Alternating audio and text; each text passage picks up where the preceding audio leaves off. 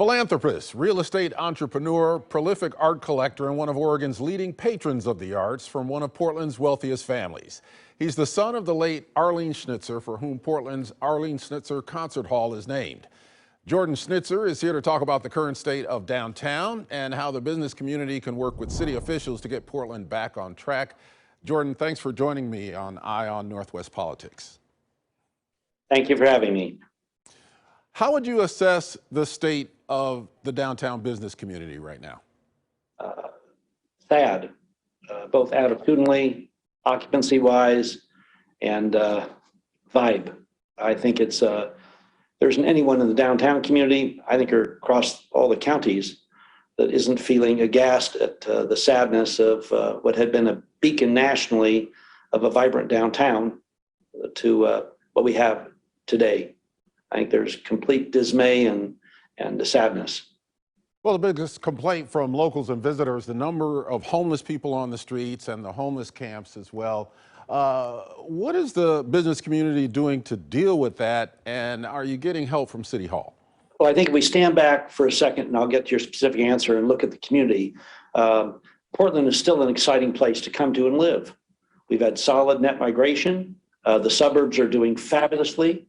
All of us are lucky enough to own property, both downtown and the suburbs. The suburbs are doing wonderfully well. Apartment rents are up. Some people don't like that, but that shows a strength in that market. Occupancy is continuing to grow. And I've always said, you know, I have offices in Seattle, Portland, San Francisco, Sacramento, Las Vegas, San Diego, and Tucson. So I study all those markets, but this is home. What I've said about Portland for years is the reason why we've had such success here is not due to a wonderful alignment that we all wish we had between the private and public sectors, but because the huge economic engine in Puget Sound, the amazing high-tech world of the Bay Area and Los Angeles, a lot of young people have come here because it's been more affordable. And even though rents are higher and home prices are up at record levels, it still is more affordable than our cities to the north and south. Now, on the issue about the alignment of public and private sector, it just is so surprising to me and to many of us. I think we have well-intended city, county, and public officials.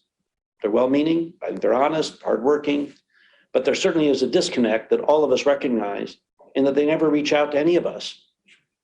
And I think now that we've all gotten a little bit older, we realize that all of us may be reasonably smart. But if you bring people together, like Neil Goldschmidt's administration did, like Vera Katz's administration did, like Bud Clark's administration did, and you bring the best of the private and public sector together, then we're all really smart and amazing things happen. Why there is this arrogance on the part of our officials that they seem to expect that they know all the answers when they don't. So if you ask me what the biggest single problem was, is that I don't know anyone in the business community that ever hears from any of the public officials, that the public officials ever call out and ask us for any advice. Well, if they did, what kind of advice could you give them? Lots of ideas. For instance, right now, these crime issues. All of us over the last 2 years when there were protests, I'm sure were called, every single person in your audience, by friends and family from across the country and asked, are you safe? And we'd say, well, the protests are downtown, they're pretty localized, they're not good, but yeah, we're safe in our neighborhoods, whether it's southeast, northeast, southwest, northwest. But lately, in the last 2 months, 3 months, we've seen killings all over every neighborhood. Last night, there was one in Old Town and one in Southwest. For the first time, I'm seeing a lot of my friends and myself being concerned about our own personal safety. And what's being done about it? I don't know. You bought the Wapato Jail from Multnomah County for $5 million. Cost $58 million to build.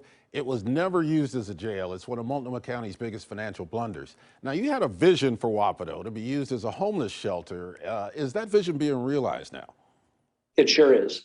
And you know, Ken, it's interesting. I bought it because one of our principal businesses is the warehouse business.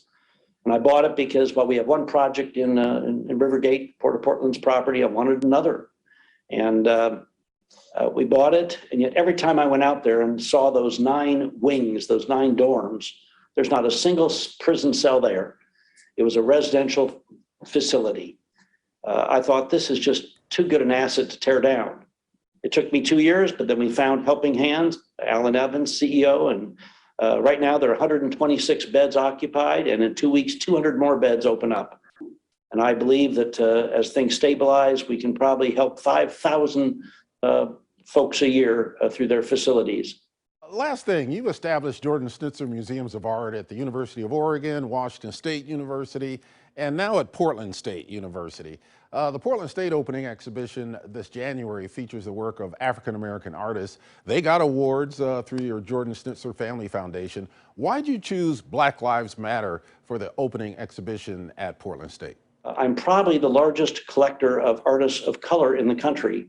There are others that may spend more, but I have huge collections of artists of color. So in the anguish of the George Floyd now murder, other atrocities and issues that have happened, I reached out to that group of people who are spokespeople for issues facing society, artists. The only way we can solve issues in society is by coming together. And unfortunately, as well-intended as the Black Lives Matter movement was, I haven't seen a lot of constructive dialogue in this community or others about how we all learn about each other, make new friends. Thank you so much for joining me for Eye on Northwest Politics. And before I go, I do want to say this, I hope you don't cut this, Ken, is you've been an amazing leader for this community. Thank you, I appreciate that. Jordan Schnitzer. And the Jordan Schnitzer Museum of Art at Portland State University opens to the public this Tuesday, January 18th.